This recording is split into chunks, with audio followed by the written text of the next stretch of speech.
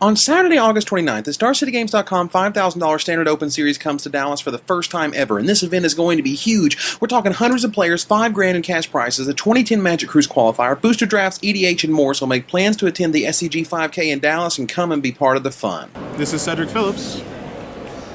Welcome to the Magic Show. I'd like to make myself believe that planet Earth turns slowly. It's hard to say that I'd rather stay awake when I'm asleep, 'cause everything is never as it seems. When I'm asleep, leave my door open just to crack. Hello everybody and welcome to another edition of the Magic Show. This week we've got a lot of Zendikar to talk about, whether it's partial spoilers such as my Warren Instigator getting some abilities, a rarity and a mana cost, our new Wrath of God, aka Day of Judgment, Zendikar Planeswalkers on the loose, a financial news update, and more. Let's go!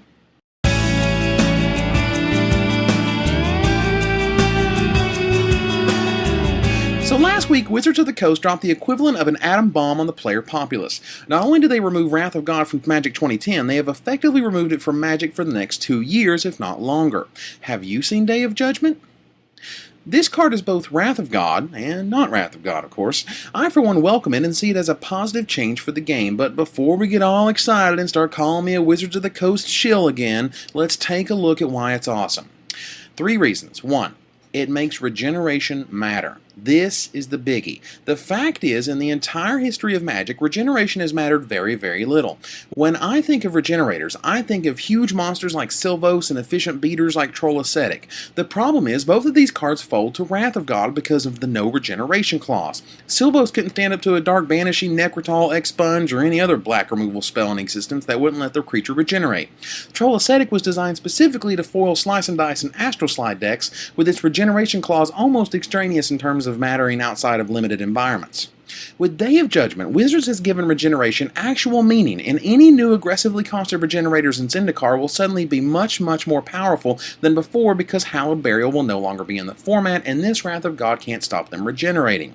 Another note, how interesting would it be for a new control deck to take advantage of regeneration mattering now? And by that, I mean the deck would play a big, huge, scary regenerator, untap, play Day of Judgment, and then regenerate their creature in order to give them a huge monster next turn on an empty board.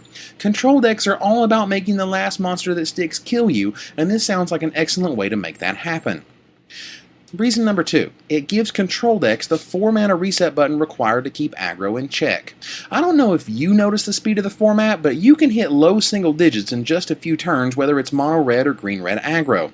First turn Tattermunch Maniac, followed by Hellspark Elemental and Ball Lightning on subsequent turns with no blockers in the way, means that you are at 9 life in 3 turns. On turn 4, they return Hellspark Elemental, attack with both, put you at 4, and they stare at their Lightning Bolts and Flame Javelins with glee. Demon Fire is just icing on the fiery, burning cake. Kithkin has similar explosive openings, and these openings have to be put in check somehow. A 4-mana reset button still gives Wizards of the Coast license to make awesome creatures, but gives those who don't like simply smashing with them options to get rid of them as well.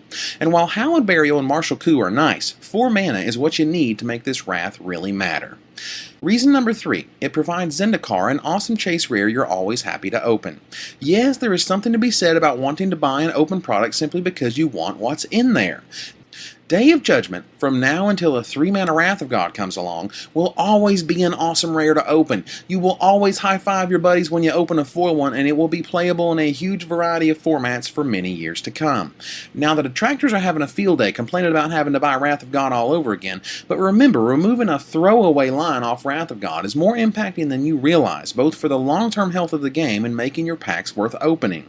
I personally can't wait to get a set of these bad boys, and now I'm really excited to see what crazy regenerating monsters are going to be available in Zendikar.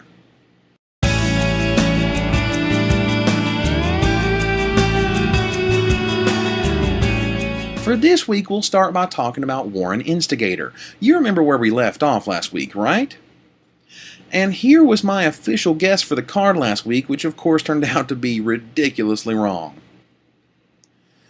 Now that we got my guess out of the way, let's take a look at what Wizards officially gave me for this week. These are official stats.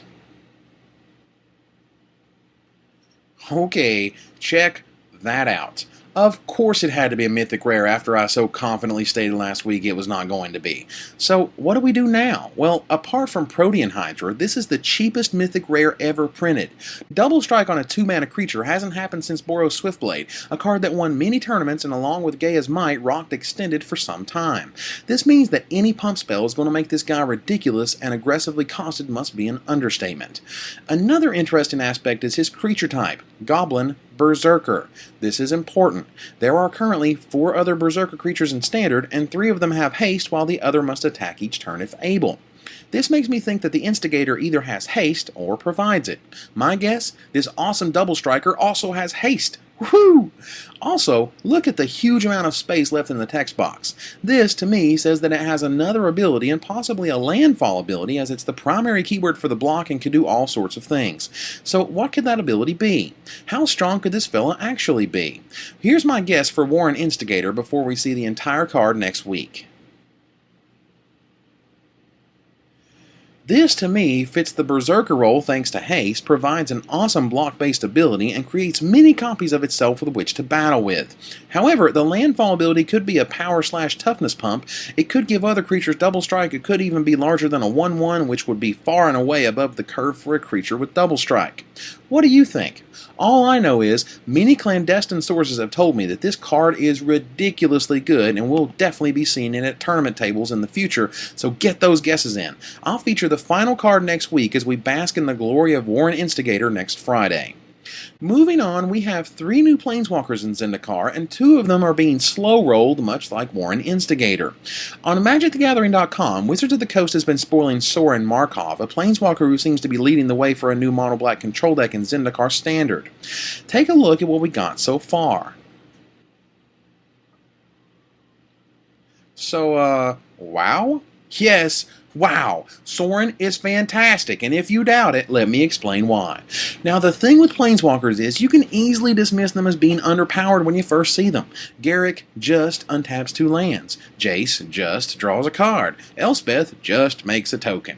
But when you realize that these abilities are basically infinite copies of the spells they mimic, do you realize their true power?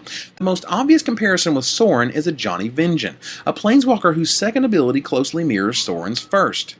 But there's a very important difference. One, Sorin is 50% more expensive and much more color specific.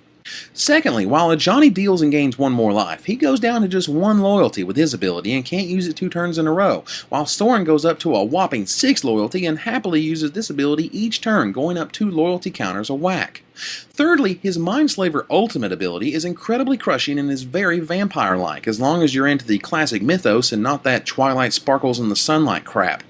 Lastly, we don't even know what the second ability is, so having a vicious hunger that keeps pumping up your Planeswalker to ridiculous levels is some good in my book. What does his second ability need to be, though? Well, in order for Sorin to be truly successful, he needs a way to deal with the creature spread that may or may not be in play by the time you get to 3 and 3 black. My hope? Barter and Blood.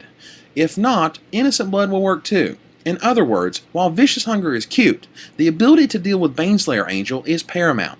If this second ability has anything in regards to board control or sweeping or killing creatures or whatever, you best pick up Sorin early and often or get burnt by the waited too long syndrome that seems to strike far too many of us far too often.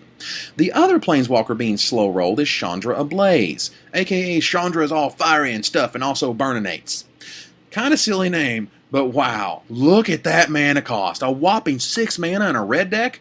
We haven't seen successful red decks play spells that cost nearly that much since Mirrodin Standard and the big red deck that won using Pulse of the Forge, Mana Burn in itself, Jinx Choker, and Arc Slogger. We know her loyalty is 5 counters, even higher than Sorin, and she has a plus ability and 2 minus abilities. What could they be to possibly justify this cost, and what deck could possibly use her? Well, we'll find out more as the weeks of spoilers continue. Lastly this week, we got a confirmation on the pre-release foil, Rampaging Balos, that I told you was a 4/4 last week, but is now confirmed as a 6/6. Yes! That is a 6/6 trampling ass whooper that will make 4/4s just by playing lands. I don't know about you, but Terramorphic Expanse and Rampant Growth just got so much better in my eyes. We'll cover more Zendikar spoilers as I get them over the upcoming weeks. Up next is your financial news update courtesy of Kelly Reed from QuietSpeculation.com. So until next week, Magic players, this is Evan Irwin, tapping the cards so you don't have to.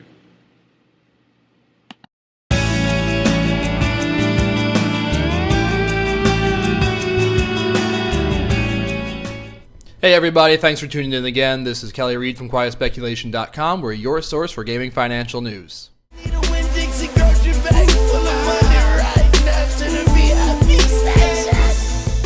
Now, for those of you who have been living under a rock, Day of Judgment is Wrath of God. The only difference is it lets creatures regenerate. And that might or might not be relevant, but we'll get to that in a second. What's relevant now is that the card's going to be a staple.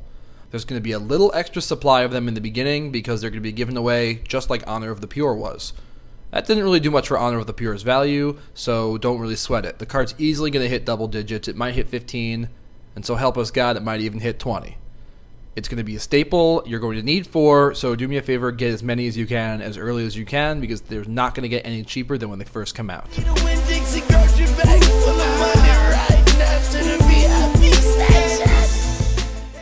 One of the few things we do know about Zendikar before the spoilers start coming in is the ability Landfall. Keep an eye out for anything cheap with Landfall on it because that's what's going to have the most promise for abuse. A 6-drop with Landfall doesn't excite anybody because you've already played 6 of your lands, but a 2-drop or even a 3-drop means you can get some serious value out of the card even if the Landfall effect is small. Especially consider any artifacts with Landfall as they might combo well with Time Sieve, Open the Vaults, and the artifact lands in Extended. There's no deck around it yet because we have no idea what Landfall will bring, but it's just something to keep your eyes on. Another thing that Landfall brings up is Night of the Reliquary, and there's been a few questions on Twitter and on my site about, hey, is Night of the Reliquary going to be good with Landfall?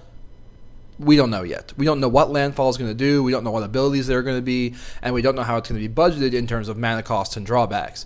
Don't pull the trigger on Night of the Reliquary just yet. That'll wrap it up for this week. We're going to have a lot more information for you as Zendikar spoilers start popping up all around the internet. For more Magic financial news, check us out at www.quietspeculation.com.